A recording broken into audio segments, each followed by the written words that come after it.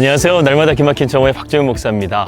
우리의 감정은요, 다루기 힘든 참 민감한 영역입니다. 왜냐하면 감정은 숨겨져 있지만 참 복잡한 얼굴을 가지고 있기 때문에 그렇습니다. 그리고 때로는 감정은 침묵하지 않고요, 소리를 지르기도 합니다. 감정이 왜 중요한 걸까요? 그것은 우리의 삶에 행복과 불행에 영향을 미치기 때문에 그렇습니다. 감정은 또한 정신적인 부분뿐만 아니라 우리의 육체에도 영향을 미칩니다.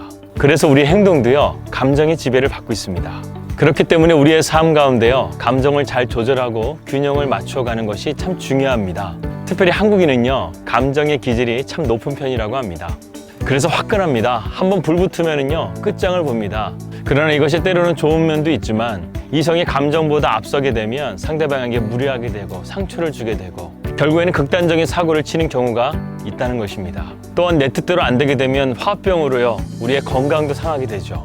이처럼 우리의 삶 가운데 내부의 시스템인 이 감정이 무너지게 되면요, 우리의 삶도 같이 무너지게 되어 있습니다. 그래서 감정은 마치 불과 같아요. 우리가 불을 잘 쓰게 되면 좋은 도구로 쓰이지만요, 불을 잘못 쓰게 되면요, 모든 것을 태워버리게 됩니다.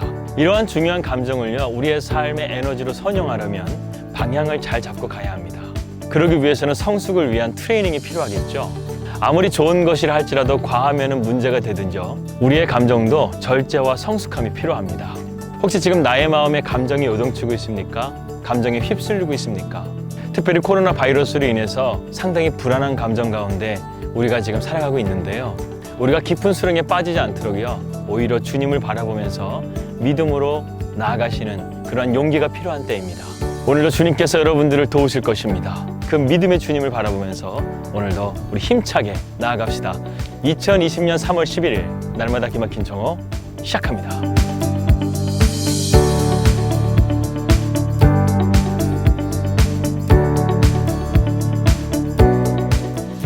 우리는 분명히 하나님의 은혜 가운데서 변화되었는데요, 순간순간 우리의 마음속에 잡초가 자라나는 것을 보게 됩니다.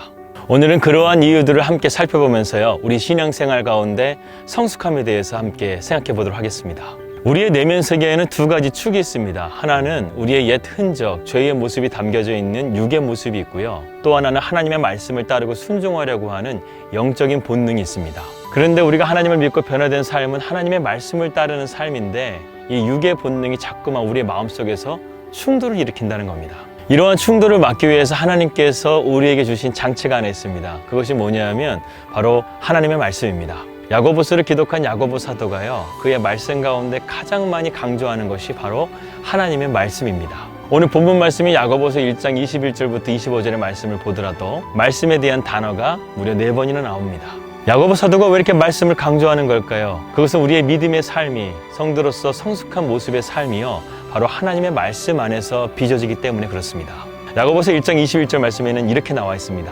그러므로 모든 더러운 것과 넘치는 악을 내어버리고 너희 영혼을 능히 구원할 바 마음에 심어진 말씀을 온유함으로 받으라. 야고보 사도는 우리 안에 있는 그런 더러운 것과 악한 것들이요, 심겨진 하나님의 말씀 안에서 깨끗해질 수 있고 또 성숙해질 수 있다고 우리에게 말씀하고 있습니다.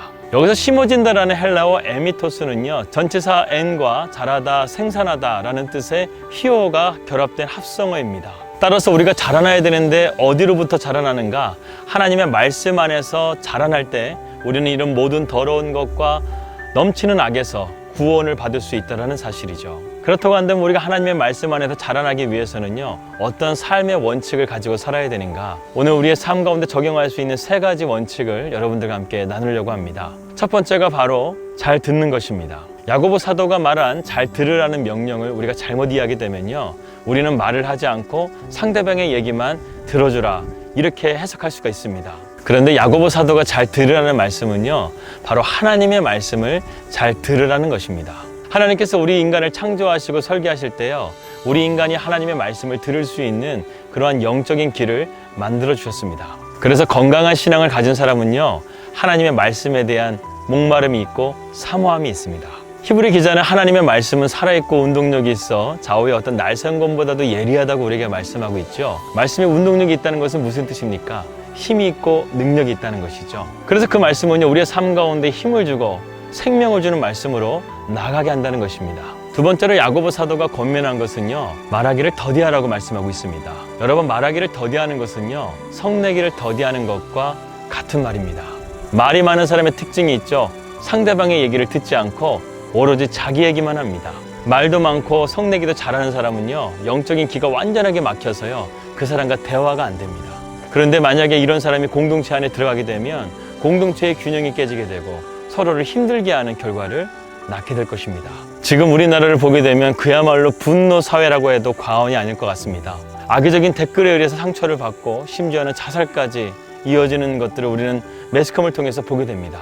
이처럼 우리 그리스도인의 삶 가운데요, 성내기를 절제하지 못하게 되면 참으로 위험합니다. 자기 주장이 강하고 상대방의 말을 들으려 하지 않고 자기 의가 강한 사람을 성경에서는 한 단어로 말하고 있습니다. 이런 사람은 교만한 사람입니다. 잠언 말씀에 교만은 패망의 선봉이라고 말씀하죠. 따라서 우리가 그리스도인의 성숙한 삶을 살기 위해서요, 이러한 분노를 잘 조절하고 우리의 말을 잘 절제할 수 있는 그러한 태도가 필요할 줄 믿습니다. 세 번째로는 우리가 그리스도인의 성숙한 삶을 위해서요, 말씀에 잘 순종해야 되겠습니다. 재미있게도요, 오늘 야고보 사도는요, 말씀을 잘 따라 행하지 않는 사람을 거울로 자기의 얼굴을 보는 사람이라고 비유하고 있습니다. 왜 거울일까? 우리가 이 말씀을 잘 이해하기 위해서는요, 1세기 때의 거울에 대해서 생각해 보면 이해가 쉽습니다. 요즘에 거울은 참 잘 나오죠. 그리고 스마트폰에 의해서요, 여러분들의 얼굴을 선명하게 볼 수가 있습니다. 그런데 1세기에는요, 거울이 청동기로 만들어졌기 때문에 내가 가까이 다가가지 않고서는요, 그래서 내 얼굴을 가까이 대지 않으면요, 내 얼굴을 자세하게 볼 수 없는 그러한 시대였습니다. 그런데 야고보 사도는 1장 24절에서요, 이 사람이 거울을 보고 가까이 들여다봐야 되는데 들여다보고 그것을 고치지 않고 그냥 내버려 뒀다는 것입니다. 내 얼굴에 무슨 흠이 있는지, 화장은 잘 됐는지, 아니면 음식이 묻은 것은 아닌지, 이런 것들을 자세히 보지 않고 고치지 않고 거울을 그냥 내버려 뒀다는 것이죠.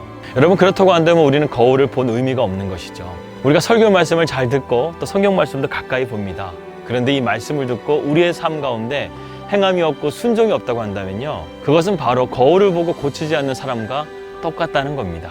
이처럼 우리가 성숙한 그리스도인의 모습으로 나가기 위해서는요, 우리가 잘 경청하고 말하는 것이나 감정을 잘 절제하고, 그리고 하나님의 말씀을 가까이 하되 그 말씀 가운데 순종할 수 있는 믿음의 자리로 나아갈 수 있는 그런 모습이 되어질 때 우리는 참된 그리스도인의 성숙한 모습으로 나아갈 수 있게 된다는 겁니다.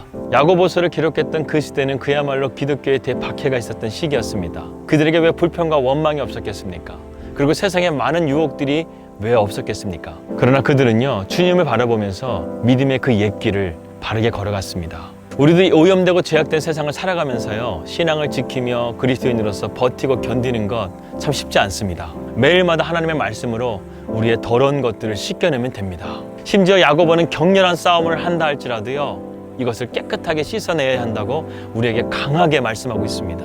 그렇습니다. 우리는 하나님의 말씀을 가지고요, 그야말로 영적인 전쟁터에 서 있습니다. 우리는 하나님의 말씀 안에서 이 죄를 씻겨내기 위해서 격렬하게 저항할 수 있는 진정한 워리어가 되어야 하겠습니다. 사랑하는 여러분, 하나님의 말씀에는 능력이 있습니다. 교회의 진정한 DNA는요, 하나님의 말씀에 우리의 죄가 매일매일 씻겨내려가는 정화에 있습니다.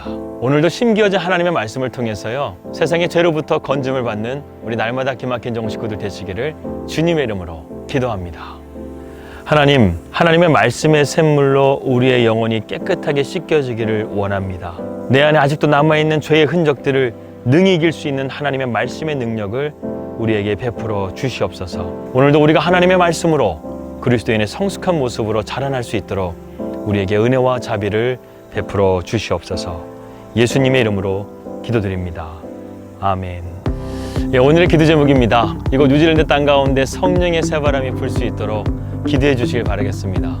그리고 두 번째로는 저희 가정이 이곳 뉴질랜드 가운데 잘 안착하여질 수 있도록 기도해 주시고요. 세 번째로는 코로나 바이러스가 하루빨리 치료제가 개발되고 더 이상 전염이 확산되지 않도록 우리 계속해서 기도하길 원합니다. 저희도 우리 날마다 기막힌 정오 식구들을 위해서 늘 기도하고 있습니다. 우리 믿음 안에서 승리합시다. 할렐루야.